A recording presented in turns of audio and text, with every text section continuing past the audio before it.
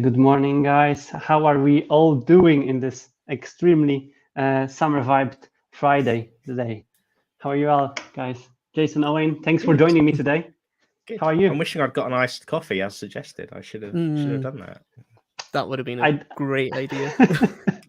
Maybe it's an idea for another show for the summer vibes, but I didn't have even time to make it today. But I'm not in my home, not using my computer today, and having an extremely bad internet connection. But YOLO, that's life. That's how it is. That's live footage. And of course, we don't have Callum today. Callum is traveling somewhere and wasn't able to join us today. We supposed to have some other guests, but they are also traveling and stuck on some airport travels, getting some sleep. That's summer. That's summer. And not to be mentioned, in Poland, at least right now where I'm sitting, it's 38 degrees now. So I'm definitely feeling these vibes around. So how's the weather at your end, guys? Yeah, it's all right. It's a toasty 16 degrees. Cozy. And I'm already in shorts. Oh, yeah.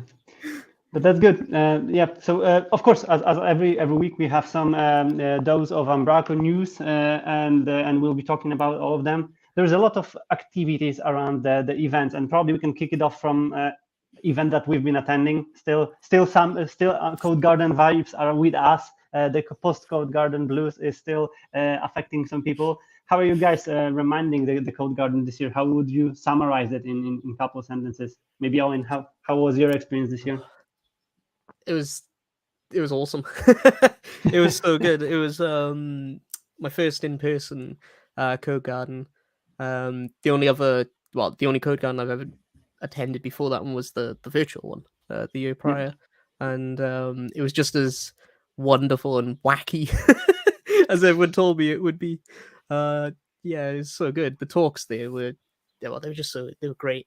I've been going back on on that online thing, just watching some of the ones that I missed, and because that's one thing I found difficult was like looking at all the talks and they're like, oh my god, which ones do I go to? I want to go to that one. I want to go to that one. Not. But no, it was brilliant. Yeah, that's true. And what about you, Jason? Yeah, it was same here. It's my first time at any Codegarden, apart from the virtual one. But I guess also it's the first thing like that, like big, that I've done since COVID. I guess that's true for a lot of people. It was nice to be able to kind of go out, go somewhere new. I think it's the first time I've had a chance to get abroad as well, because I've just had a little one. So it was, lots of great stuff. And then of course, as I said, the talks and everything was just great. And now I just find myself having to catch up on everything via the app that I've missed, which is a lot, including some things that I was at and have forgotten what was said in the talk. So it's really useful to have that feature, isn't it? Yeah, same here. And again, that's my plan for the summer, to really catch up on the things that were missed. And yeah, I'm really happy and glad that we are able to do that. And still there is a probably plan to also reveal it for the public. But now it's our time to recap what we've missed and what we haven't seen.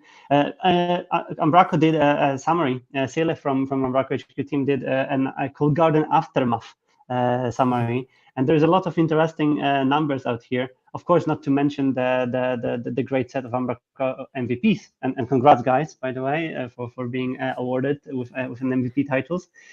7 new members, 59 titled renewed. A lot of MVPs on the stage here. We're all there somewhere yet. I haven't seen this picture before. A lot of people are waiting for pictures, right? So yeah, really hope that they will be released soon. But that's a really nice picture. And yeah, 11 Umbraco awards and 1,458 ticket holders. So wow. It was definitely the biggest Codegarden ever. Again, hybrid, of course, because not only physical attendees are calculated here, but then almost 1,500 of attendees. That's a lot. And if they liked it as same as we did, a lot of them will come to the next year's Codegarden, and probably we'll see the same picture as we've seen this year.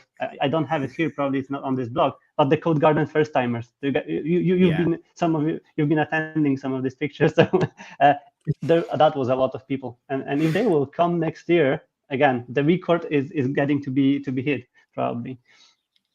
So what would you guys highlight as the one thing that you remember the most from this year's Codegarden? Ooh. I think Only one thing. One thing. Oh gosh. I think just meeting people, fine. For me, obviously, most of I've been to one festival in person, Umbraco Festival, before this one, and that was UK. I think was it called UK Fest back in 2019. So everything has just been virtual since then. So I think my favorite part was just meeting people in person finally, and just having those chats between the talks, and just discussing different Umbraco things, and just finally getting to talk to people in person. That's true. And you, Jason, any one specific thing to just immediately highlight as a highlight? Well, I probably would have said the same as Owen, but failing that, I quite, as talks go, I found the Scott Hansel one really helpful. I think there's lots of little life hacks that I found really kind of were quite easy to take away and start implementing. That was good. But then, like all the talks in that sense, I don't think I went to any that I thought, oh, I'm not going to get anything out of this. They were all excellent. Yeah. Again, it was a brilliant event, and one more kudos said for organizers and everyone who made it happen, because that's definitely a high level of everything being there. And also, what I wanted to highlight, of course, some other people are still feeling the Codegarden vibe, and are sharing their thoughts and summaries. Gabriel also mentioned that it was already 2 weeks since the Codegarden, just to remind us all that it's 2 weeks since then, and we're still recovering physically and mentally from there. But Paul Seal shared his idea for the next year banner at the famous using building. And to be honest, I thought about it might be a really nice competition next year. Who will be the first to book it? Like, who will be the banner owner? And yeah, that banner's really going to get funny. so expensive. I saw a lot of other ideas. Year by year, the price of that is going to skyrocket. The banner owner got a fortune. Yeah, definitely. Yeah. Probably the banner owner didn't expect that something like that will happen, but right now it's like it seems to be a really nice point on the map in the audience to just visit and have fun of it. Speaking about fun, people are already practicing for the next year tower building competition. So everyone is kind of still feeling the vibes. Plus, as some of you mentioned on the chat, there are other events happening, and we've been also seeing our Umbraco MVPs and Microsoft MVPs representation on Azure Lowlands yesterday, organized by one of our also community members, Hank Bellman, and of course to Anders, Brunima, Callum, and some other people visited the event. I saw a lot of extremely huge number of tweets from there, and to be honest, I didn't even know that this even is happening there. So it was such an amazing information. Plus, again, it's similar as Umbraco Cloud. People were missing events, and now events are happening. And Utrecht again is an amazing place to visit, and I'm sure that right now we will be all searching for a lot of events to attend. But good to see that, and again, if Callum will be back, I'm hoping to get some knowledge being transferred onto us on another umbraCoffee. But it seems like to be a really, really great event. And guys, what about you? Do you have any plans to attend more events during this summer, or rewatch Codegarden videos, same as I plan to? Any specific events on the map? No, that's definitely something I need to look into, because I know I only found out about that one, the Azure one on the day, and I think there was one last week. Was it DDD? Or developer. I saw that one on the day, and I was like, I could have gone to that. No, so I need to look into them. but yeah, Dugfest. Nice. We have some insights here. Yeah. So yeah, there will be more teasers and opportunities for us to visit some of the events. So cool. Good to know. And what about you, Jason? Did you visited some of the other events outside of Umbraco community, as far as I remember? Oh, what did we do? Oh, yeah, I went to MS Build, but earlier in the year, which was fun. It was good to see people there as well. Obviously nothing like Codegarden. Otherwise, probably try and get along to some meetups and get some meetups happening. I need to try and organise one for the Wessex, organise another Wessex meetup. It's been one of those ones where we keep getting close to organising another one, and then it sort of falls through. So hopefully this time we'll pull it together and maybe have at least a couple, I guess, before, because presumably there's a UK Fest later in the year as well. So that'd be good. And then but it's summer, isn't it? So it's always tricky over summer. But again, we've been talking before going live that all of us are having plans of organizing meetups. We want to meet with people. Again, Callum mentioned that there are some ideas of barbecues again during the summer, things like that. It is happening. But also, as Arnold teased us with the Duke Fest, there was another tease this week which I couldn't miss, and that was on LinkedIn. I don't know if it was posted anywhere else. And again, it's a kind of mystery that can be, of course, revealed with the date, 29th of September, with United States flag, some microphones, some ideas, some people.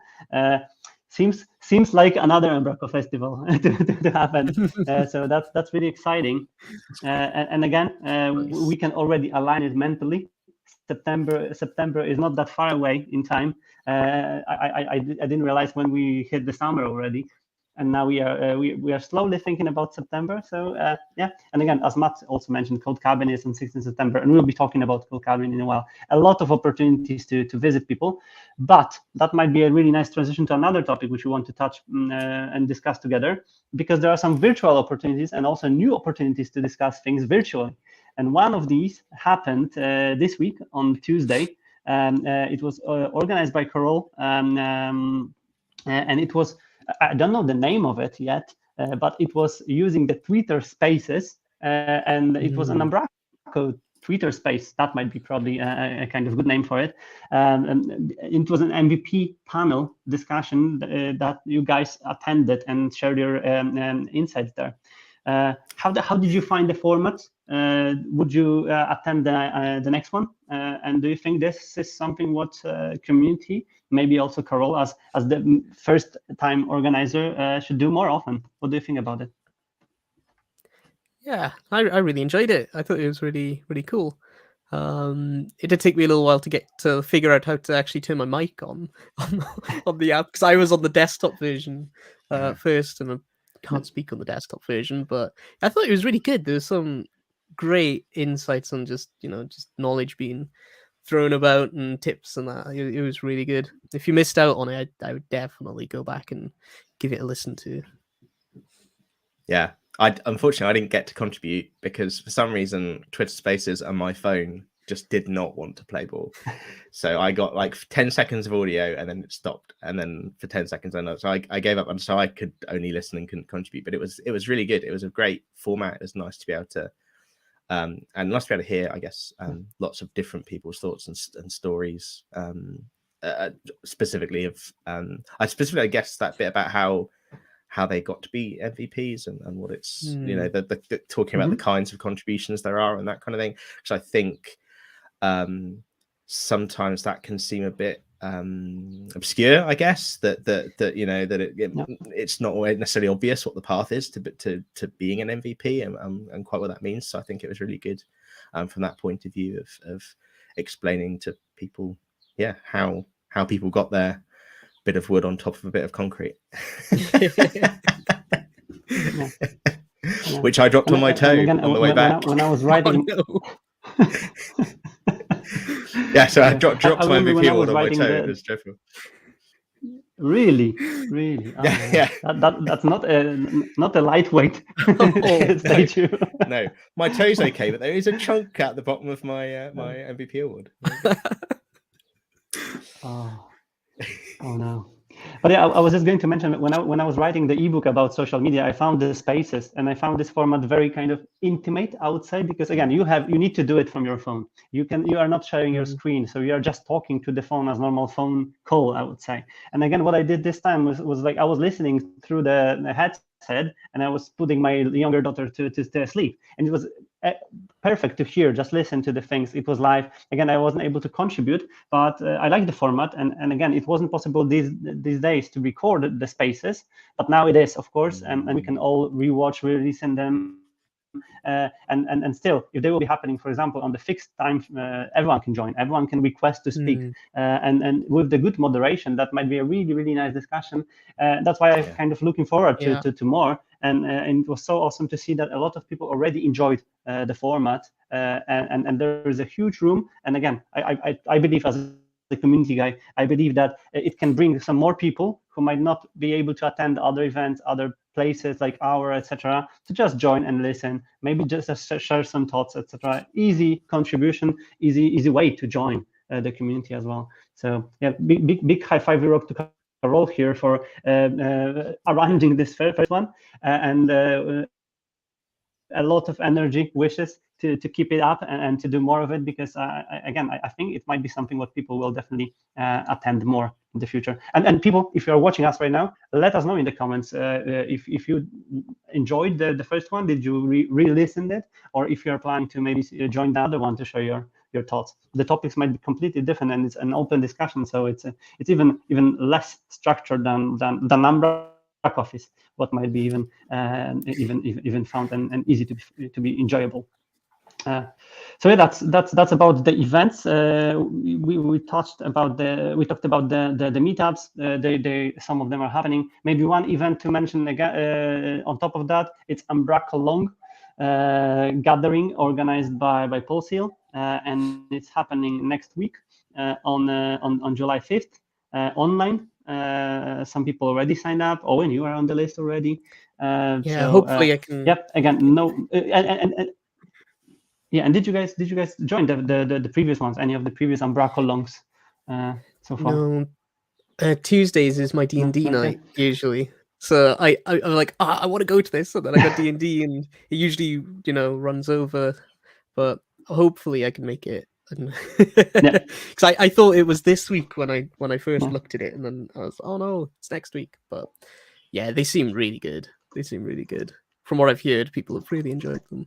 Yeah. So that's again another online opportunity to contribute and to stay close with the community, and that's all about events for now on, at least. Coming back to tech, we've seen the Umbraco Cloud update being shared by Rune this week, and some of these things I've mentioned and we've mentioned during the previous umbraCoffee episodes: some CDNs management, caching optimizations, the rollout of GraphQL on all the plans on Umbraco Cloud. Support for Umbraco 10, and many other new features and improvements, which is of course good. And to be honest, I must say this week I had a pleasure to work with the old version of Umbraco Cloud project. And again, a lot of issues, a lot of things that were problematic in this version still reminded me that why we didn't use it then. And now looking at this new brand, more stable, more performant, and generally better Umbraco Cloud portal makes me envy, and I want to use it. What about you? Did you have a chance to play around with Umbraco Cloud in the new format on top of V9 and V10 Plus? Yeah, just this week actually, I've been doing that, because of course as part of being an Umbraco MVP, you get an Umbraco Cloud subscription.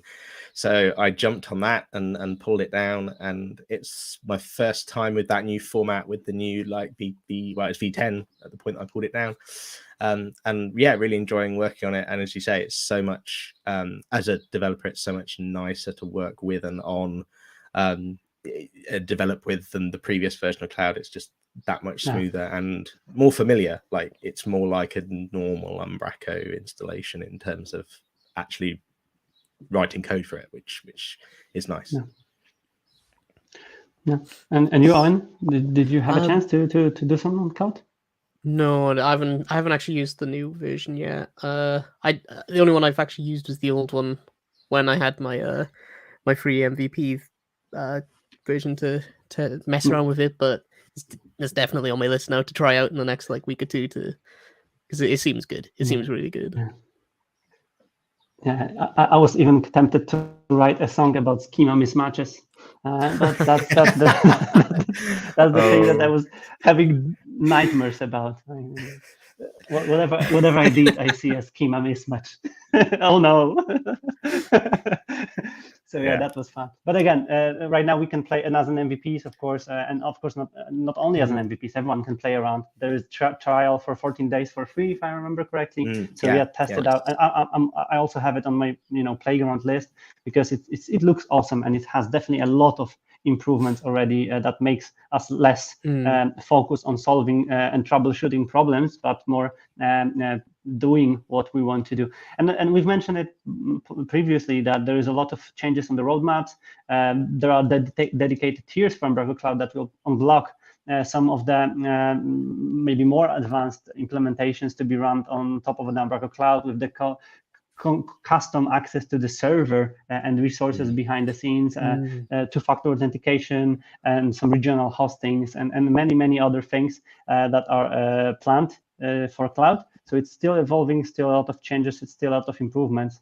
So definitely check it out. And of course, as usually, we'll be collecting these things, and these things will be in the description of the video. So you can go there after we will end the stream and just explore it on your end.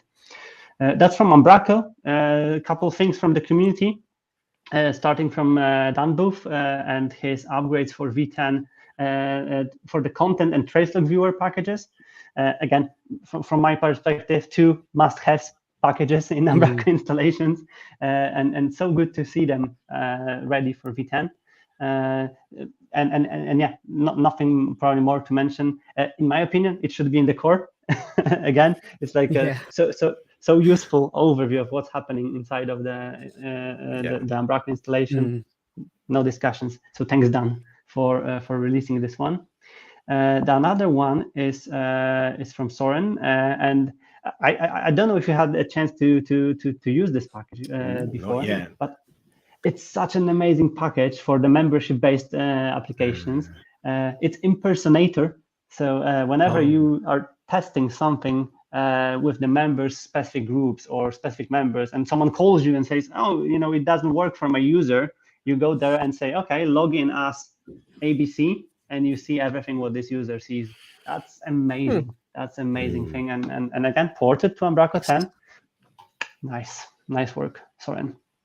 And Jason, you did nothing recently. Yeah. So can you tell us something about nothing? What was it? Oh, it's one of those classic things of I had there was an optional date time that I was having to put in the back office, and obviously the default value of a date time in Umbraco is a value type is year one, day one, month one, year one, which just annoys me. So I was like, I really want that to be null if they've not put anything in it. And so then I thought I created a property value converter and was like, while I'm here, there's a few other things I'd like to also be null when there's nothing in it in the back office. So I made a package called emptiness. So yeah, it does, in that sense, it does nothing. But yeah, it lets you if an editor hasn't filled in value type fields, so like a text string or a date time, it turns null. So nice. It's kind of doing what the back office does in that sense, but in the front end. Well, in the front end, in your code and in models builder and stuff. So. Yeah, and again, I think it's important from the perspective of the implementators and developers who are going towards the more null-oriented implementations, error catching, and things like that. And it's just good to be consistent. And still, that's very important, I think, to have it there. And I know that you've done a lot of great work around the package itself. You wrote a unit test for that, and Lars Erik will be happy here about seeing that in the packages. But generally, it was a great exercise to do it right. I would say, even if it's emptiness and doing nothing, it's still to make it right and make it something what everyone can reuse as well. And that was part of my wanting to do it, is because I've done a package before, but I kind of sort of hacked it together. And this is much more. If I was gonna build it, how would you build a package right? So it's got everything, like, I guess it's all CI'd together with GitHub actions and all that kind of thing. So it's well over engineered for what's probably only really 50 lines of code, I think, something like that. But hopefully it's now I know if I want to roll a package again, I can use the same kind of stuff. And why not to spend 60 hours of doing something what can take 5 minutes by generating? Why not? Why not? Yeah, go for it. Well, it was as soon as I realized I wanted to put this in another project. That was the thing. Like, I put it in one and was like, started working on others. Like, I need that code that I wrote before, and I was not going to copy and paste it. So package. Yeah, it's like this. It's like this animation from Malcolm X. It's like, you're touching one point and then another point fails. Oh, DevOps pipelines. Oh, maybe GitHub actions. Maybe this. Oh, it would be great to keep secrets safe. Oh, and that's 3 weeks later we have a package. But that's life. But yeah, thanks for sharing that. And again, great example of how to do it right. And now as a community input, everyone can also take a look on that and replicate this setup. And you wrote a blog post about it, which is shared here and will be linked in the video, so everyone can check out how you did it and what's inside of emptiness. So yeah, that's good. Shannon released some updates for Examinex package, some important query parser fix. So whoever is using Examinex should definitely update to this patch versions. Shannon is constantly working on this package. It was mentioned in Codegarden multiple times that it's offloading stress from file-based system index manipulations and moves it to Azure Search for whoever who is not familiar with it. If you haven't seen it, if you haven't checked it, definitely check it out and use the latest and greatest version with the fixes inside. And last but not least, from the package updates, Dan Diplo and Dan Booth again, with some tease of the new package idea, which is doing the automated Umbraco translations for dictionary items using the Microsoft Translator. Yeah, that's crazy. And by the number of likes I see here, it looks like something really interesting for many of us. And I remember, I don't know if you have used the translation manager from Kevin Jump, the connections with the translator engines there, and the quality of translations done by Microsoft Translator or on other providers these days is amazing. Probably I should plug in the Microsoft Translator to do the umbraCoffee instead of me, and it will be less Ponglish than I am, because they are so great in translating into multiple languages. And same here. Again, I don't know if you, but I had a lot of clients who were struggling in finding the right way of translating dictionary items, agencies exporting, importing these things, doing these crazy things on the XML files back in the days. It seems like something what can be just done with almost one click, and problem is partially solved, because still we might need to tweak it. But if it can save 80% of time normally invested to that, that's 80% of our time. Yeah. That's amazing. So all that classic thing that I've had to do before but this is all in English. Well, yes, you need to go through and translate it, and then it actually being me that ends up going through Google Translate for all these words into crazy language. If I can avoid doing that, that's great. That looks great. Yeah.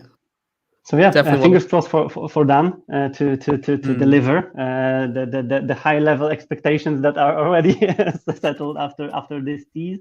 But it looks awesome, and definitely might be something what will be very, very helpful for a lot of us in the multilingual setups that we are working in. That's a hacky thing and a really cool thing to mention. And there were a couple other hacky things that I wanted to highlight at the end of the list for today. I don't know if you've seen that, but Carol shared the results of the last Friday night's hacking. She built the Umbraco CMS powered chatbot using cognitive services. So another combination of so many great buzzwords and technologies that can really do a lot of crazy things. And yeah, it's Carol's learnings from AI 900 exam. But still, it just proves that we can easily connect this, relatively easy, of course, because it requires a lot of skills and knowledge about the underlying things. But doing the one night with the appropriate knowledge and vision, we can connect these tools and make them do something awesome. And this chatbot was replying to some questions, and of course it has the recognition of the text, some mappings, and some other crazy things. Do you guys do some crazy hack nights or crazy hacking days like this? And did you hack anything crazy recently besides emptiness, Jason? Maybe.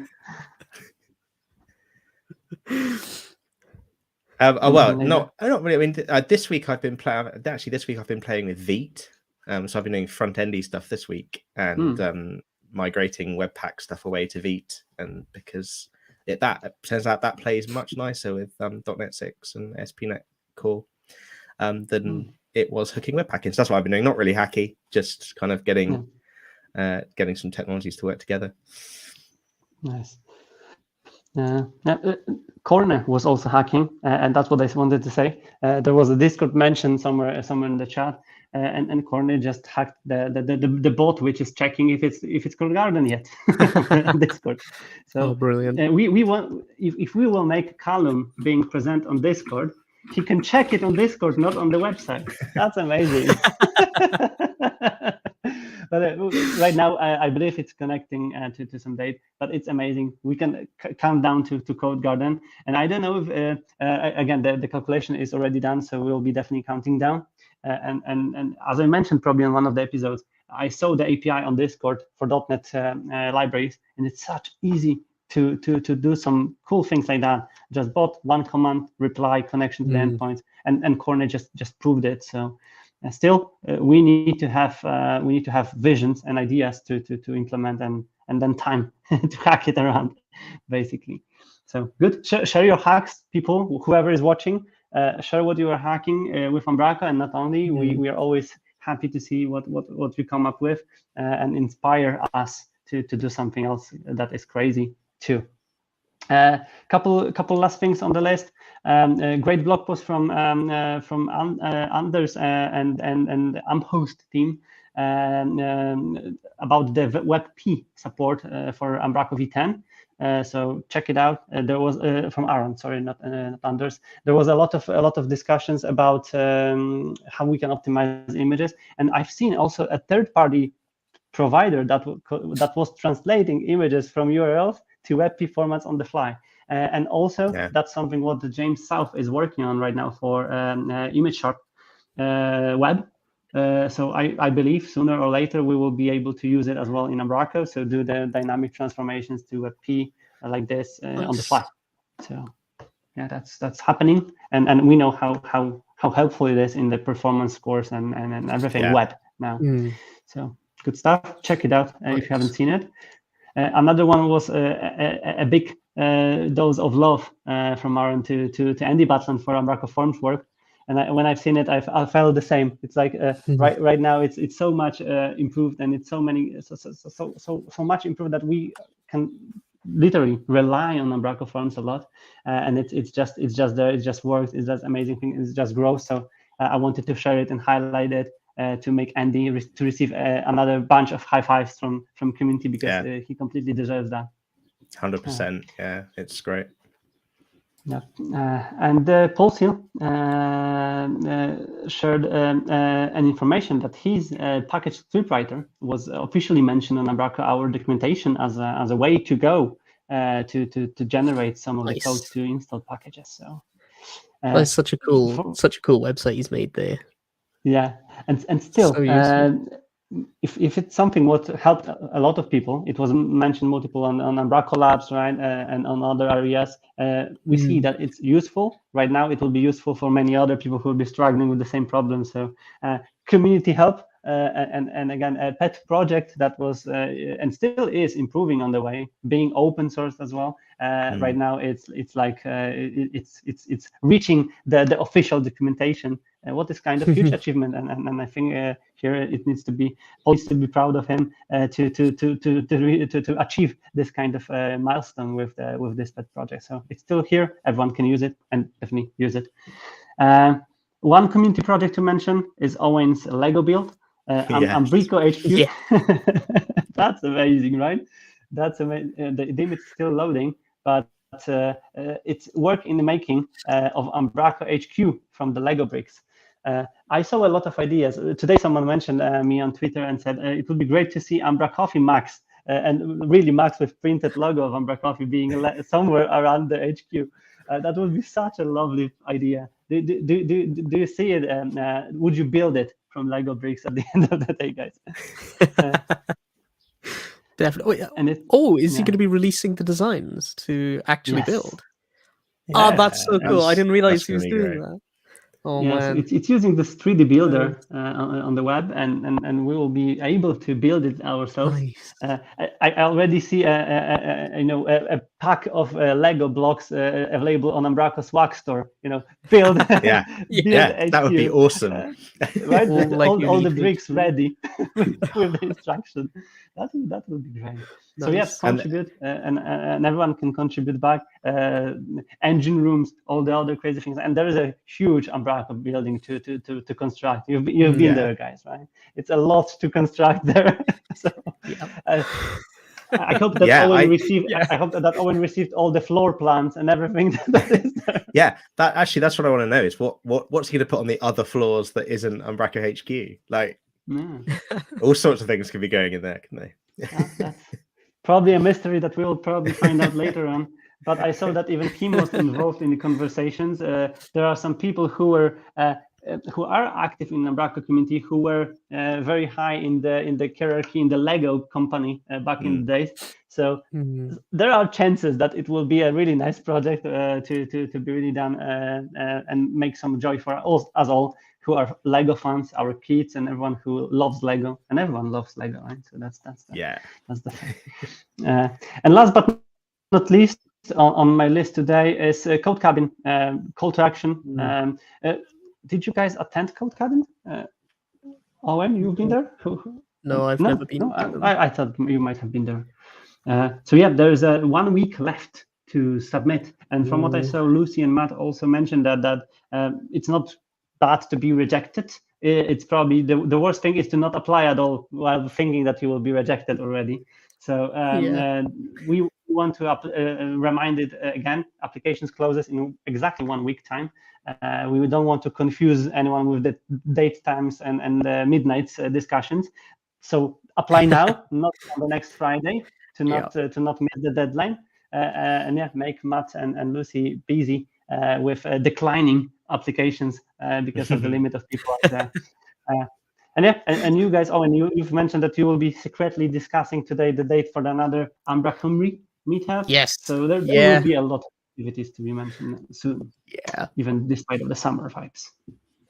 Yeah, hopefully we can have another meetup soon. Yeah. I know we definitely want to have the... Oh, sorry, I think... Yeah, but I'm cutting out probably right now. I have some acing issues now. Yeah, I think there's a slight delay. But no, we definitely want to have another meetup soon, and we definitely want to have another in-person meetup as well, because we haven't had an in-person Umbraco meetup since 2019. It's always been, it's been a while. Yeah, so yeah, we definitely want to do that. But watch our Twitter. There'll be a date on this soon. Okay. Cool. We'll definitely mention that and invite everyone who might attend the events. Same with the other initiatives. If we missed anything on the list today, let us know in the comments or in anywhere else. We will collect it to the list and remind us all next week about it.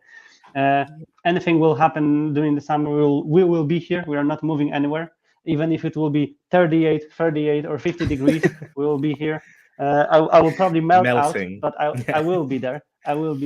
And I really need to grab a nice coffee now. So that's my plan for the rest of the day. And your plans, whoever is watching and not subscribing, is to subscribe, because do it. We are do it right now. Subscribe, share it. Thank you, Owain. And enjoy the rest of your day, weekend, and we will see each other on next Friday. Thank you very much, guys, for joining me today. Thanks Have for a inviting lovely me. rest of the day. Thank you. Thanks. And see you guys.